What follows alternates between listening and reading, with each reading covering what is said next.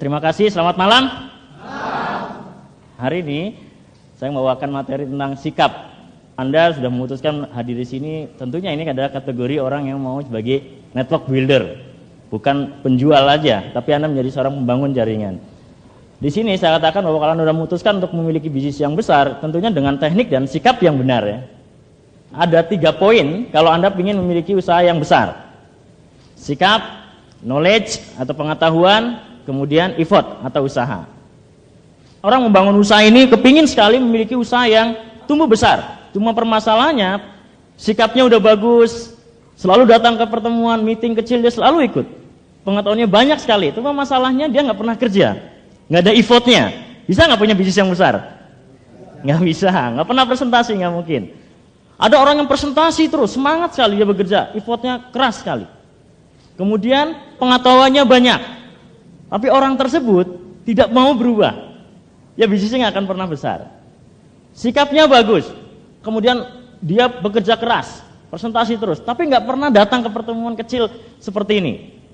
Ya, dia hanya bekerja, tapi nggak pernah mendapatkan ilmu atau pengetahuan. Akhirnya bisnisnya juga kecil. Jadi 3 poin ini penting sekali. Malam ini kita akan bicarakan mengenai sikap. Kenapa saya katakan di antara itu yang paling penting adalah sikap. Kalau Anda punya sikap yang bagus, pasti akan mau belajar, mau bekerja. 80% usaha ini dibangun dengan sikap, 20% teknik. Sikap adalah cara memandang suatu hal atau kejadian. Anda bisa memandangnya dari kacamata negatif atau dari kacamata positif, tergantung sudut pandangnya.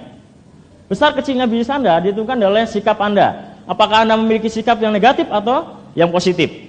Ya, ini ada cerita tentang sikap. Ada 2 orang salesman yang diutus oleh satu perusahaan sepatu ya di Eropa, dikirim ke Afrika. Perusahaan tersebut ingin mengembangkan pabriknya di sana. 2 orang tersebut diminta untuk survei apakah perusahaan tersebut cocok atau tidak untuk buka di Afrika. Ya, setelah survei, salesman pertama melaporkan kepada bosnya, "Bos, kita nggak mungkin membuka pasar di sana. Permasalahannya apa? Tidak ada satu orang pun di sana yang memakai sepatu. Jadi kita nggak bisa jualan di sana. Di sana nggak ada kultur atau kebudayaan pakai sepatu. Jadi nggak mungkin dijual sepatu di sana.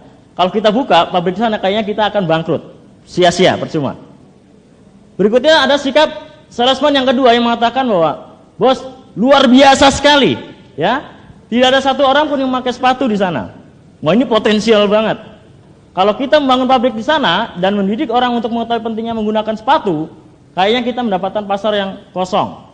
Ya, ketika Anda mau mulai usaha ini juga, ini sudut pandang Anda melihat bahwa usaha ini, wah, Keling ini masih muda di Indonesia.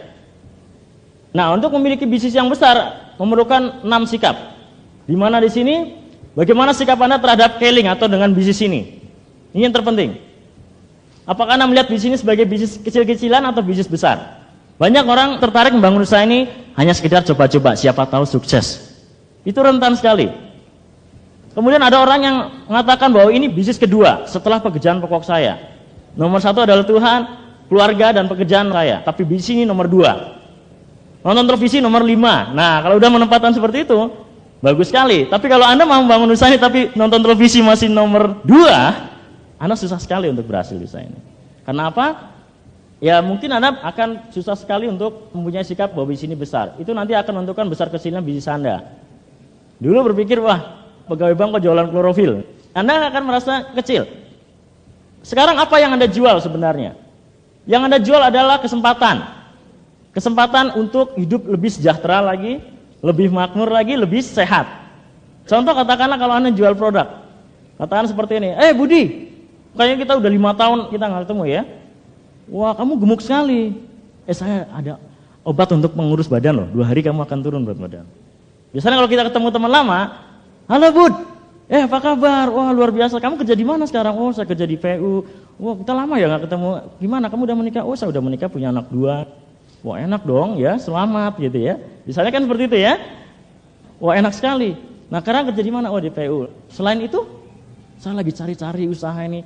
Anak saya udah masuk SMP, biayanya cukup besar. Oh, kebetulan ada rekan saya sedang mencari partner usaha untuk membangun usaha ini. Kayaknya Anda cocok dengan beliau. Nanti suatu hari kita akan tentukan waktunya untuk ketemu." Beda nggak dengan yang pertama? Beda. Ya, sikap Anda terhadap Keling. Dulu bisnis network marketing adalah penghasilan tambahan saja. Tapi sekarang udah menjadi profesi. Ya, bahkan di Amerika 20% orang terkaya di Amerika adalah orang dari bisnis jaringan. Dikatakan situ orang-orang terkaya di dunia mencari dan bangun jaringan. Sedangkan orang-orang biasa mencari pekerjaan. Kata-kata jaringan disukai oleh orang-orang kaya. Jadi jangan alergi dengan kata jaringan. Ya, Anda nggak salah, Anda tepat sekali berada di industri ini. Dan satu hal yang nggak akan pernah mati, bisnis inelastic demand, artinya walaupun harganya dinaikin, orang tetap butuh. Yaitu bisnis apa? Kesehatan. Sampai akhir hayat orang akan tetap butuh sehat. Betul? Nah sekarang ada cerita mengenai 3 orang tukang batu. Ini mengenai sikap. 3 orang tersebut sama-sama menata batu bata. Tukang batu pertama ditanya, Pak, Anda sedang apa? Oh, saya sedang menumpuk batu. Tukang batu kedua ditanya, Anda sedang apa? Oh, saya sedang membangun dinding. Nah, tukang batu ketiga ditanya, dia menjawab, oh saya sedang membangun sebuah istana yang besar sekali, atau saya sedang membangun mall. Sekarang, dari 3 tukang batu ini, Anda bisa bayangkan siapa yang tukang batu yang paling serius bekerja. Yang ketiga tentunya. Sama Anda bangun usaha ini, kalau Anda bangun di sini sekedar coba-coba, siapa tahu ada untung, siapa tahu berhasil, berbeda dengan menetapkan, bisnis ini bisa memungkinkan untuk memiliki masa depan melalui usaha ini. Nah kalau Anda mengatakan begitu, Anda bangun usaha ini, kehidupan Anda akan berubah. Karena rumusnya sukses adalah alat, berusaha, cita-cita, dan doa. Cita-cita Anda tinggi sekali, tapi sekarang alatnya mungkin nggak? Dulu saya pikir, nggak mungkin mewujudkan cita-cita saya. Kebebasan waktu misalnya seperti itu. Alat. Nah di depan Anda sekarang ada alat, yaitu usaha ini, Keling. Anda tinggal mau berusaha nggak? Nah berusaha kalau Anda nggak punya cita-cita, Anda pasti menyerah. Nah cita-cita dan doa, sukses. Alat, berusaha, cita-cita, dan doa. ABCD. Berikutnya sikap Anda terhadap cash system, support sistemnya.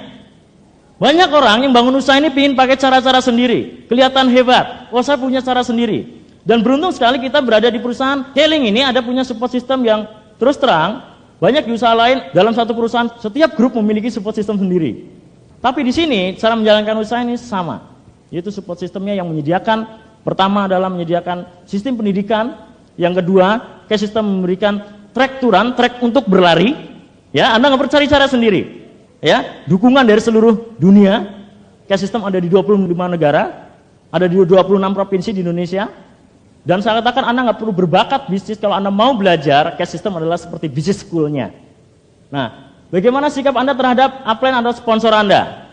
Anda ngelihat sponsor Anda itu sebagai orang yang sekedar mensponsori atau sebagai konsultan? Sebagai orang yang akan mengubah hidup Anda. Jalur hidup bisnis kita adalah upline Anda. Upline aktif Anda tentunya ya. Upline aktif Anda itu orang yang akan membimbing kita, guru kita, konsultan kita. Setiap juara, seperti katakanlah Beckham, dia mempunyai Sir Alex Ferguson sebagai pelatihnya. Bisa nggak dia hebat sekali tanpa Sir Alex Ferguson? Susah. Steve Evans dia seorang juara Tour de France, ya, 2 kali juara Tour de France, pembalap sepeda ini. Mr. Greg itu adalah pelatihnya. Dia belum pernah juara seumur umur. Dan uniknya di usaha ini, pelatih Anda itu udah jadi diamond duluan, udah jadi emerald duluan membuktikan. Ke Anda itu cara yang udah benar, kebukti.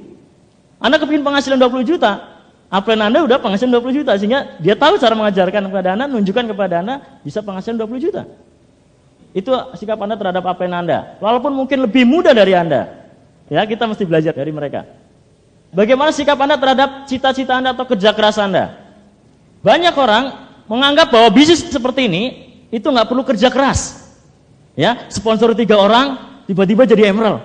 Nggak bisa, mesti bekerja. Beberapa waktu lalu saya ditanya oleh seorang paramedis di Manado, dia mengatakan, Pak Henry berhasil karena rajin sih. Ya saya katakan, ya memang butuh usaha dan investasi waktu. Tapi ngomong-ngomong rajin, ibu tadi bangun jam berapa? Saya tanya seperti itu. Jam 6. Terus berangkat ke kantor jam berapa? Saya berangkat ke kantor jam 8. Ngomong-ngomong, ibu udah berapa lama bekerja di sini? 14 tahun mungkin? 15 tahun? Saya udah 21 tahun bekerja di sini. Ngomong-ngomong rajin ibu, tadi saya habis subuhan saya tidur lagi. Jam 11 saya baru bangun. Ngomong-ngomong rajin mana? Saya katakan, ibu 21 tahun bekerja ikut orang, mesti betah. Ya, loyal. Kalau loyal itu sebenarnya, wah loyal sekali. Itu sebenarnya saya nggak bangga. Terus terang saya nggak betah, 4 tahun setengah saja saya pengen punya usaha sendiri. Ya, jadi saya katakan ini masalah seperti itu. Nah, kemudian sikap Anda terhadap cita-cita dan kerja keras, cita-cita Anda akan terwujud ketika Anda percaya bahwa itu bisa terwujud. Kemudian sikap Anda terhadap diri Anda sendiri. Saya tahu Keling bagus, marketing plan-nya bagus, produknya luar biasa nggak rata-rata. Saya tahu upline saya akan bantu saya. Saya tahu cash system bagus. Apa saya bisa ya? Pernah bertanya gitu? Kalau Anda mengatakan apa saya bisa ya, itu wajar. Wajar sekali. Yang kedua, kalau Anda nggak percaya dengan saya, wajar kalau Anda baru kenal saya. Tapi yang ketiga, yang nggak wajar, kalau sponsor Anda udah percaya bahwa Anda bisa, tapi masih Anda nggak percaya apa saya bisa ya. Kenapa Anda disponsori? Kenapa nggak orang lain? Karena percaya bahwa Anda pasti bisa. Masih Anda nggak percaya gitu. Nah selama ini masih kita pakai topeng Bapak Ibu. Hanya ngakui orang lain bisa. Ya pantesan Pak Santoso. Ya Pak Kelvin. Anda hanya ngakui orang lain terus. Anda nggak pernah menghargai diri Anda bahwa Anda bisa. Giant inside you. Ada raksasa dalam diri Anda yang perlu dibangkitkan. Bagaimana sikap Anda terhadap tantangan atau hambatan dan kegagalan? Anda ngelihat tantangan, wah, Anda katakan, wah saya nggak punya uang, saya nggak punya waktu. Ada 100 alasan, Anda bisa sebutkan dalam 5 menit, Anda punya 100 alasan untuk bisa menjalankan usaha ini. Justru itu saya katakan Anda menjalankan usaha ini, saya nggak punya uang, saya terus menjalankan usaha ini minus. Kalau Anda nggak punya uang, saya minus, banyak hutang. Justru itu saya ingin bayar hutang, terdesak untuk bayar hutang. Itu tantangan atau hambatan. Kalau Anda nggak itu hambatan, ya Anda terus akan menganggap bahwa itu hambatan. Saya suka cerita ini, gajah kenapa waktu kecil di kerangkeng, pakai kerangkeng yang besar sekali, pakai rantai yang besar sekali, ya. Tapi setelah besar, dia hanya cukup pakai rantai kecil. Padahal seperti ini aja udah putus, ya. Tapi kenapa dia tetap senang di kerangkeng? Karena itu sudah menjadi habitsnya, ya. Nah, sikap Anda terhadap kegagalan, mungkin beberapa dari antara Bapak Ibu pernah di perusahaan network marketing sebelumnya. Saya pernah gagal di usaha saya, usaha kayu. Saya pernah gagal usaha restoran, saya udah pernah gagal. Jangan jadikan masa lalu jadikan pedoman, tapi kan jadikan pelajaran. Mungkin Anda udah dengar kalimat ini lama sekali, tapi terus terang saya banyak belajar dari kalimat ini. Mungkin melalui usaha ini saluran berkat warna hidup lebih baik. Ya kadang-kadang kita melihat bahwa pernah gagal berarti nanti gagal lagi gitu. Anda selalu dibayangi oleh masa lalu seperti itu. Nah ini ada barrier yang harus Anda pecahkan. Ketika Anda sudah pecahkan, akan cepat sekali pertumbuhan Anda karena Anda tidak dibayangi oleh masa lalu Anda. Salah satu cara yang dianjurkan oleh cash system yang pertama kali adalah punya cita-cita yang jelas dan sikap yang positif. Banyak orang bertanya-tanya, kenapa goals atau cita-cita dan memiliki sikap positif itu penting? Karena 80% di sini keberhasilan Anda ditentukan oleh impian yang kuat. Perlu sekali impian dan sikap sebagai dasar fondasi membangun bisnis Anda menjadi besar. Anda misalnya membangun sebuah bangunan yang kokoh, Anda perlu bangun fondasi yang sangat kuat. Ya. Semakin besar dan kuat fondasi yang kita bangun, semakin besar pula gedung yang kita bisa bangun. Nah, apakah itu impian? Impian beda dengan keinginan. Impian adalah sesuatu yang benar-benar Anda inginkan, dalam hidup Anda. Jika Anda mendapatkannya, Anda bisa menitikkan air mata karena syukur bahagia, dan sebaliknya jika tidak Anda dapatkan, Anda bisa nangis juga. Ya. Sehingga Anda benar-benar mau melakukan apapun untuk orang-orang yang Anda cintai dengan cara yang halal untuk mewujudkannya. Itulah cita-cita. Misalnya cita-cita kamu apa? Saya ingin beli mobil Mercedes. Kalau nggak dapat gimana? Ya nggak apa-apa. Ini bukan cita-cita, itu keinginan. Ya. Terus terang kalau keinginan itu beda dengan impian. Impian mempunyai kekuatan yang mendalam, melibatkan gelombang emosi. Ya, gelombang emosi dan memberikan tambahan energi sehingga proses perwujudannya terasa lebih ringan. Keinginan sangat rentan dengan problem. Ya, dengan problema. Temukan dan visualisasikan impian Anda, buatlah dream book dan carilah foto-foto yang menggambarkan impian Anda. 60% orang di dunia punya impian yang samar-samar. Mereka yang hidupnya hanya mengandalkan gaji pokok. Saya nggak tahu hidup besok gimana, yang jelas 5 tahun ke depan saya nggak tahu. Tapi yang jelas saya jalani aja. Ini 60% rata-rata orang seperti itu. Nggak tahu deh 5 tahun yang ke depan. Nah 17% manusia tidak punya impian sama sekali. Hidupnya hanya mengandalkan belas kasihan orang lain. Pengemis misalnya seperti itu. 10% manusia punya impian yang hanya dalam pikiran mereka saja. Hidupnya memang makmur, 3 kali gaji pokok. Dia kaya. Dia hanya aman secara finansial, tapi belum bebas secara finansial. 3% manusia yang punya impian yang jelas, terperinci dan divisualisasikan. Hidupnya sangat-sangat sukses. Nah sekarang apa impian dan prioritas utama Anda? Mungkin Anda ingin bayar hutang. Menjalankan usaha ini awalnya adalah untuk bayar hutang. Ya. Kemudian membeli mobil baru misalnya. Saya nggak tahu selama ini Anda mungkin pakai motor. Ini upline kami Pak Sumaryanto suatu hari diangkai dia kehujanan bawa produk. Dia memutuskan di situ, saya harus beli mobil dan keluarga saya harus berubah. Dan beliau benar dia bisa beli rumah dan beli mobil dari usaha ini. Ada momentum di situ. Saya nggak tahu momentum Anda apa. Mungkin Anda pernah dihina tetangga mungkin. Ada momentum, tapi apakah Anda pernah buat komitmen dengan momentum Anda? Ya, merenovasi rumah atau membeli rumah yang lebih besar dan mewah. Mendapatkan penghasilan tambahan, extra income. Udah nggak zaman lagi hanya satu income sekarang. Double income, triple income. Seperti itu. Ya, kebebasan finansial. Siapa di antara Bapak Ibu yang suka shopping? Suka belanja? Suka belanja ya. Tapi biasanya kalau kita ke supermarket, kita lihat baju harganya 600.000, gaun 1 juta. Sepatu ada coklat, ada hitam semua, dua-duanya suka gitu loh. Taruh lagi, terus seperti itu pelayannya sampai bosan. Kalau uang udah nggak masalah, sebenarnya Anda nggak perlu lihat harganya, ini tinggal bayar ke kasir. Ya, makanya jadi diamond. Nah, saya rasa kebebasan finansial itu bisa dikatakan ketika Anda crown ambassador, itu udah luar biasa, seperti Pak Santoso, udah 183 juta sebulan. Itu bayangkan, setahun 2 tahun ke depan. Memiliki usaha sendiri. Dari dulu saya ingin memiliki usaha sendiri. Saya nggak tahu impian Anda apa. Ya, mungkin kebebasan waktu. Nah, itu suatu yang mewah sekali bagi kami yang di Jakarta, bisa olahraga jam 8, itu luar biasa. Tidur lagi misalnya seperti itu luar biasa. Bisa nemani istri, menjadi bapak yang bukan paruh waktu lagi, tapi penuh waktu. Full time jadi bapak. Nah, ini kebebasan waktu itu mahal sekali. Ya, mahal sekali. Wah, kalau banyak waktu di rumah kalau ngapa-ngapain ya nggak bosan, Pak. Ya bosan kalau nggak punya uang gitu loh kan. Kalau punya uang ya nggak bosan gitu. Ya. Membiayai pendidikan anak sekolah terbaik di dunia misalnya. Selama ini ada rekan kami, ada yang kepingin sekali bahwa dia menjalankan usaha ini hanya untuk biaya pendidikan anaknya. Ya, Bapak Ibu mungkin tidak sama dengan saya. Mungkin ingin beramal, ingin berbagi, menolong orang lain. Bagaimana mau nolong orang lain? Kita aja belum ketolong. Anda tahu kalau kita naik pesawat, ada pakai masker, pakailah Anda dulu baru anak Anda, kan gitu. Anda dulu berhasil baru bantu orang lain, seperti itu. Nah, kemudian jalan-jalan ke luar negeri atau naik haji. Besok kita akan umroh tanggal 26. Ya, dengan beberapa diamond. Nah, tahun depan saya katakan Anda bisa umroh bagi yang muslim. Kalau Anda safir ke atas, kualifikasi Anda berangkat ke luar negeri. Makanya siap-siap paspor ya. Tahun depan umroh. Dan yang non muslim bisa berangkat ke Beijing. 8 malam 7 hari ya. Jadi ini luar biasa. Kemudian kalau Anda kualifikasi hanya 2.500 poin, Anda berangkat ke Bangkok. Kalau Anda safir ke atas, Anda berangkat ke luar negeri. Nah, kemudian Anda menginginkan pengembangan diri mungkin, pengembangan pribadi. Anda menginginkan apa? Coba Anda pikirkan atau telaah impian Anda. Mengapa hal itu penting bagi Anda? Kenapa Anda harus bayar hutang? Saya tanya pada diri saya sendiri, kenapa saya bayar hutang? Karena kalau saya nggak bayar hutang, saya akan ditagih terus oleh debt collector, kan gitu. Seperti itu.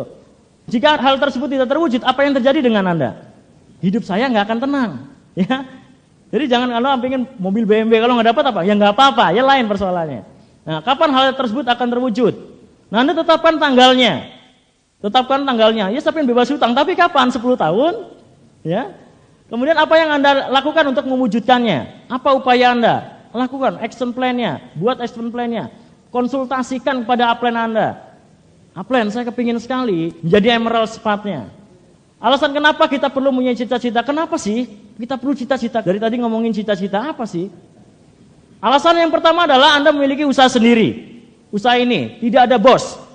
Kabar baiknya, karena ini usaha milik sendiri. Kabar buruknya, karena ini juga usaha milik Anda sendiri. Artinya Anda nggak ada yang perintah, nggak harus ke sana, harus kemari. Ya. Nah, di sini Anda harus membuat progres sendiri. Upline Anda dan sponsor Anda adalah orang yang akan membantu pertumbuhan bisnis Anda. Pengusaha-pengusaha di luar sana pun yang tidak punya bos pasti punya impian yang kuat dan sikap yang positif. Belum pernah saya melihat orang yang sangat sukses dalam suatu bisnis, dia tidak punya sikap yang bagus. Yang kedua alasannya adalah modalnya kecil dan resikonya pun kecil membangun usaha ini. Gak sampai jual rumah Bapak Ibu untuk bangun Keling. Jika Anda join Keling dengan modal dan resikonya juga besar, otomatis Anda akan serius sekali. Masalahnya join Keling hanya 100.000. Ya. Komitmen Anda nggak sampai jual rumah, sehingga dengan mudah negatif di luar sana itu mengaruhi untuk Anda berhenti atau quit dari bisnis ini.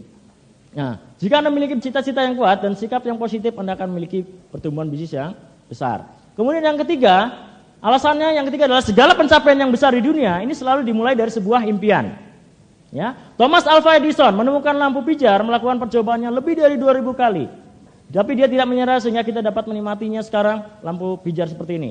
Produk seperti Sony, Coca-Cola, Honda, Hyundai, Marks and Spencer, McDonald, Toyota, Microsoft sudah akrab dengan kehidupan kita.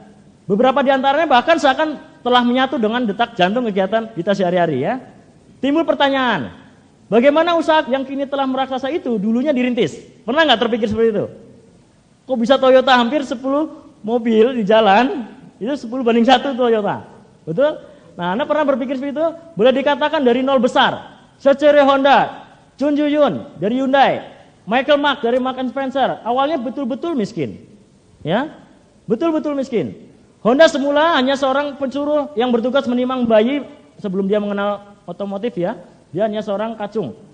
Chung Ju-yun pernah menjadi petani, kuli bangunan, kuli pelabuhan. Michael Marks yang buta huruf memulai usahanya menggendong dagangan keluar masuk kampung. Bayangkan, ya Ray Kroc, orang yang membesarkan McDonald. Awalnya hanya seorang salesman biasa. C.C. Kato, seorang pendiri perusahaan mobil Toyota pun tak berbeda. Kiyo Morita dan Bill Gates yang memiliki orang tua kaya. Begitupun Sony dan Microsoft itu murni hasil jerih payah mereka sendiri, bukan warisan. Dia melakukan apa yang orang rata-rata nggak lakukan, sehingga dia menikmati apa yang orang rata-rata nggak nikmati. Ya. Jadi jika Anda ingin memiliki bisnis yang besar, jangan takut memiliki impian yang besar. Kita kadang takut memiliki impian yang besar. Karena kita melihat keadaan hari ini. Jangan melihat Anda hari ini atau masa lalu, tapi kemana Anda akan tiba. Kalau Anda sponsori kami, yang para diamond dulunya, itu nggak layak untuk disponsori. Nggak ada tanda-tanda di kepalanya ada diamond gitu, nggak mungkin. Ya. Nah, bagaimana cara melindungi impian Anda? Nah, sekarang cara melindunginya gimana? Anda memasukkan ke dalam beton yang tidak bisa dicuri. Banyak sekali yang impiannya akhirnya tercuri. Don't let anybody steal your dream. Jangan biarkan satu orang pun atau seseorang pun atau apapun bisa mencuri impian Anda. Jangan biarkan televisi mencuri impian Anda. Kadang-kadang kita mau pergi, acaranya bagus, ya. Nah, mungkin adalah teman dekat Anda bisa mencuri impian Anda, atau istri atau suami kita, orang tua kita. Maksud mereka baik. Mereka tidak ingin suatu saat Anda kecewa. Udah jangan mimpi terlalu tinggi deh. Nanti kamu kecewa seperti itu ya. Nah, karena Anda mengharapkan sesuatu yang menurut mereka terlalu muluk-muluk. Maksudnya mereka adalah memberitahu Anda, tetapi biasanya hal tersebut bisa mengaburkan impian Anda. Jadi Anda perlu lindungi impian Anda. Saya ada cerita seperti ini. Ada anjing, dia mengejar kelinci, Bapak Ibu. Di shooting. Kelinci ini dikejar oleh anjing. Wah, lari ke sana kemari, di-shoot. Kemudian kelinci tersebut di-delete, dihapus. Orang berpikir ini anjing gila kali ngejar apa itu ya. Orang-orang berpikir Henry ngapain tiap hari pulang malam ya, pulang kerja lagi gitu ya. Ini gila kali ya, seperti itu. Kemudian beberapa bulan kemudian tetangga saya heran. Ini kok jam 10 masih pakai celana pendek di rumah. Ya. Kemudian pulang malam. Apa yang dikerjakan? Apa yang dikejar? Teman saya sendiri yang nggak gabung di sini itu mengatakan ini apa yang Henry kejar dan Triana kejar. Mungkin Bapak Ibu seperti itu karena orang di luar sana tidak tahu kelinci tersebut gitu. Jadi mengira kita gila, tapi memang kita gila kan?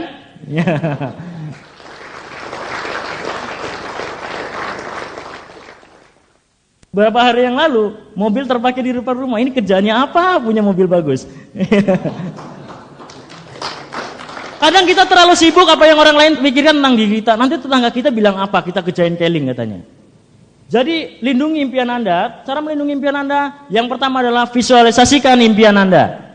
Gambarkan dengan jelas keinginan Anda. Cari gambar-gambar yang mewakili impian Anda. Buatlah dream book. Dream book ini nggak harus bagus, tapi yang jelas ada ikatan batin dengan Anda. Mungkin pertama adalah gambar orang tua Anda atau anak Anda. Anda pingin sekali mobil misalnya. Anda pingin sekali mobil. Jangan cuma ingin saja. Anda datang ke dealer mobil, Anda rasakan bau mobil itu, nggak bayar kok. Terus terang ini saya ambil, itu ketika saya bangun saya penghasilan saya baru 600.000. Ya, saya masih naik turun bis. Dan itu jelas nggak masuk akal. Orang banyak hutang, ya nggak punya waktu, nggak punya keturunan pengusaha, bisa. Saya katakan, kalau Anda percaya, Anda pasti bisa. Uniknya ketika kita membeli mobil ini, saya memang belum bisa mengendarai mobil. Ya. Dan menariknya usaha ini saya katakan bahwa kalau kebutuhan kita bukan mobil awalnya. Kebutuhan kita adalah bayar utang tadi. Kemudian pingin menikah. Mungkin beberapa di antara Mas, Mbak ada yang kepingin sekali menikah tapi belum ada biayanya. Mulai usaha ini Anda bisa wujudkan. Terus terang Anda pingin bulan madu kemana? Seperti itu, Anda cari gambarnya. Saya kepingin bulan madu di Grand Hyatt Bali. Saya tempelkan seperti itu. Itu bisa terwujud. Sesuatu yang terlihat bisa terwujud kalau Anda percaya. Ya, yang kedua, Anda miliki lingkungan yang mendukung impian Anda. Pilih lingkungan Anda. K-System menyediakan lingkungan yang berisi orang-orang yang positif, yang akan mendukung impian Anda. Masa depan Anda tergantung dengan siapa Anda berbicara, Anda bergaul 2-3 tahun ini. Jadi pilih lingkungan Anda. Datang ke pertemuan yang diadakan oleh K-System, oleh Keling. Itu ketemu orang-orang positif. Kalau di luaran sana, Anda katakan, saya kepingin sekali membeli mobil Jaguar. Paling nggak mungkin. Kamu aja masih naik sepeda atau naik motor, nggak mungkin mobil Jaguar. Kalau Anda tanyakan pada orang di luar sana, tapi kalau Anda tanya kepada Pak Santoso, kamu pasti bisa. Ya? Tapi kalau Anda tanya ke teman Anda yang nggak di sini, pasti Anda cari penyakit. Nah, jadi hadir ke pertemuan seperti BOP.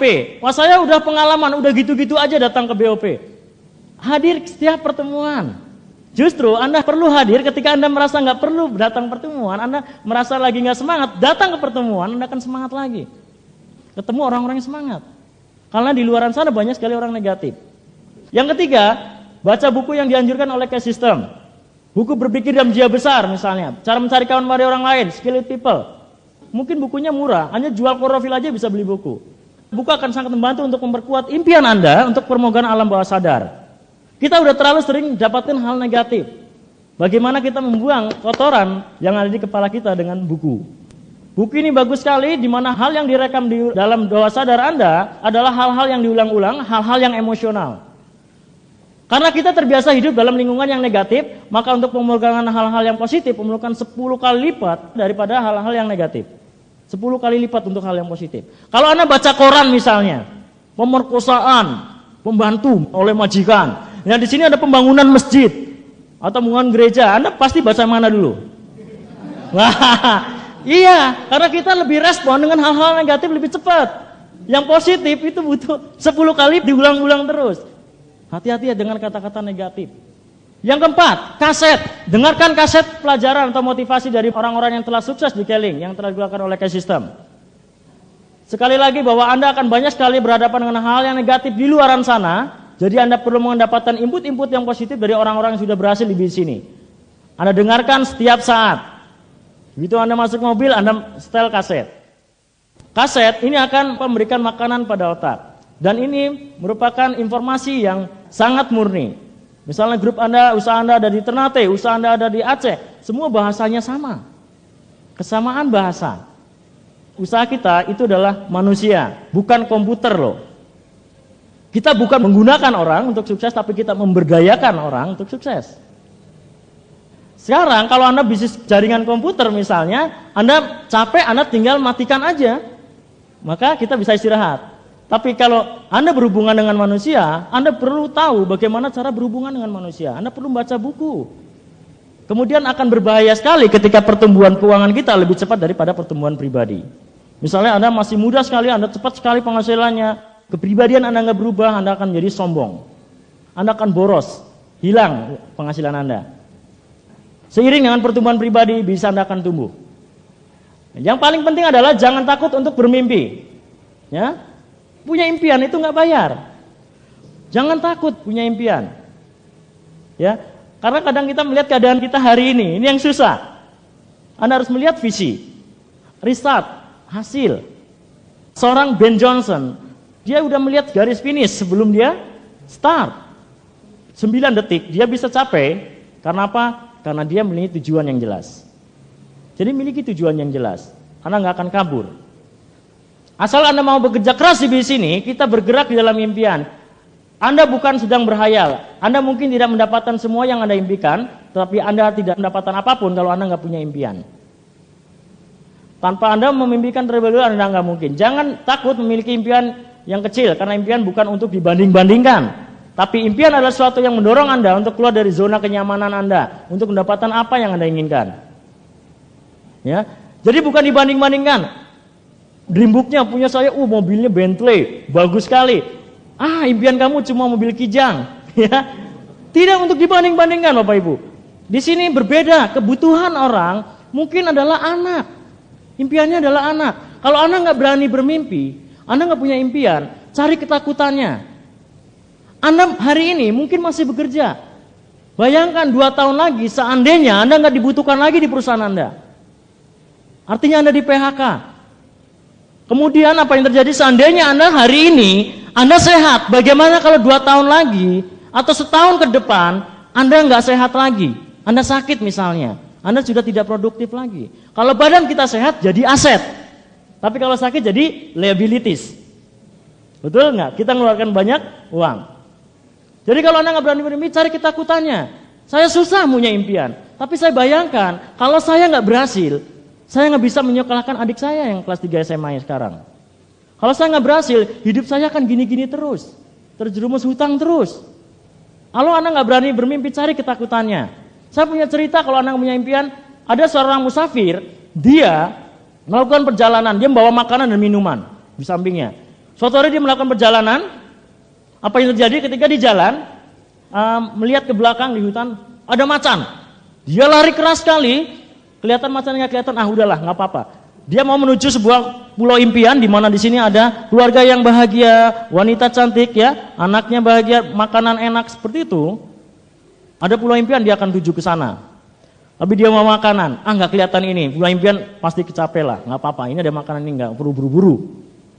Kemudian dia rengok lagi. Wah, macannya udah kelihatan, dia lari lagi, akhirnya melewati gurun. Di gurun pasti nggak kelihatan macannya, betul? Nggak kelihatan macannya. Akhirnya apa? Dia istirahat. Saya nggak perlu buru-buru, saya punya makanan kok, punya minuman kok. Ya, sama kayak kehidupan kita. Mungkin Bapak Ibu punya kehidupan yang makmur, membantu banyak orang seperti itu, atau Anda punya kehidupan yang lebih baik. Itu mungkin susah sekali punya impian yang seperti itu. Saya yakin Bapak Ibu, tanpa keling pun Anda tetap hidup. Nah prinsipnya sekarang, kenapa? Seperti tadi ada makanan dan minuman si musafir tadi. Ya, Anda susah membayangkan impian yang di pulau impian tadi. Tapi coba bayangkan macan tadi. Ya, macan di belakang Anda. Karena masa depan adalah misteri Bapak Ibu. Kita tidak tahu apa yang akan jadi. Jangan Anda gali sumur ketika Anda haus. Jangan menggali sumur ketika Anda sudah lemes. Ya, kalau sudah lemes sudah nggak bisa gali sumur ya. Sedia air sebelum Anda haus, atau sedia payung sebelum hujan. Ada backup income. Nah, bagi Anda yang susah punya impian, cari seperti itu. Membangun usaha ini saya katakan juga bahwa kita perlu melakukan namanya edifikasi. Edifikasi adalah membangun sikap. Di sini adalah menghormati orang lain atau mempromosikan orang lain. Tujuannya adalah mempromosikan orang lain untuk membangun bisnis Anda. Artinya edify adalah respect atau memberi hormat, mempromosikan. Kalau Anda punya bisnis yang besar, Anda harus jatuhnya pujian pada orang lain. Siapa yang dipromosikan? Semua yang ada kaitannya membangun bisnis Anda. Edifikasi pasangan Anda, edifikasi downline Anda bahkan, atau crossline Anda bahkan. Saya sering sebut Pak Irwansa atau Pak Erwin, beliau menjadi emerald dalam waktu 2 bulan 10 hari. Luar biasa sekali. Edifikasi crossline Anda hal-hal yang positif. Cari hal-hal yang positif dari seseorang, looking for the good istilahnya. Ya. Edifikasi APN Anda, edifikasi yang pasti sponsor dan semua APN Anda yang aktif atau yang core. Kapan edifikasi dilakukan? Bisa di home meeting, ya di rumah. Contohnya apa? Misalnya Anda edifikasi di home meeting. Bapak Ibu, beruntung sekali malam hari ini kita berada di sini. Yang pertama, Bapak Ibu udah memutuskan berada di sini adalah sangat beruntung. Mungkin Anda di luar sana nonton televisi. Tapi yang kedua, saya katakan Anda beruntung sekali karena Anda akan dapatkan informasi yang menurut saya bagus sekali. Yaitu tentang kesehatan dan peluang usaha. Dan kebetulan akan dibawakan oleh seseorang. Beliau ini adalah sangat berpengalaman. Masih muda, beliau punya bisnis bukan hanya di Jogja atau di Semarang saja, tapi punya bisnis di seluruh Indonesia bahkan sampai luar negeri. Nah kebetulan hadir di sini, saya berterima kasih sekali. Misalnya seperti itu kepada Bapak Andang, misalnya seperti itu. Nah, silakan Pak Andang. Tapi coba kalau nggak ada edifikasi, Bapak Ibu, maaf sekali sore-sore ini mestinya masak, tapi suruh kesini jadi ngerepotin mau jelasin produk-produk keling. Silakan Pak Andang. Kira-kira semangatnya. Pertama, prospek akan melihat bahwa Anda seorang sales kan gitu. Pak Andang punya semangat. Seperti itu. Nah, edifikasi itu tujuannya untuk apa? Edifikasi adalah untuk Anda sebenarnya.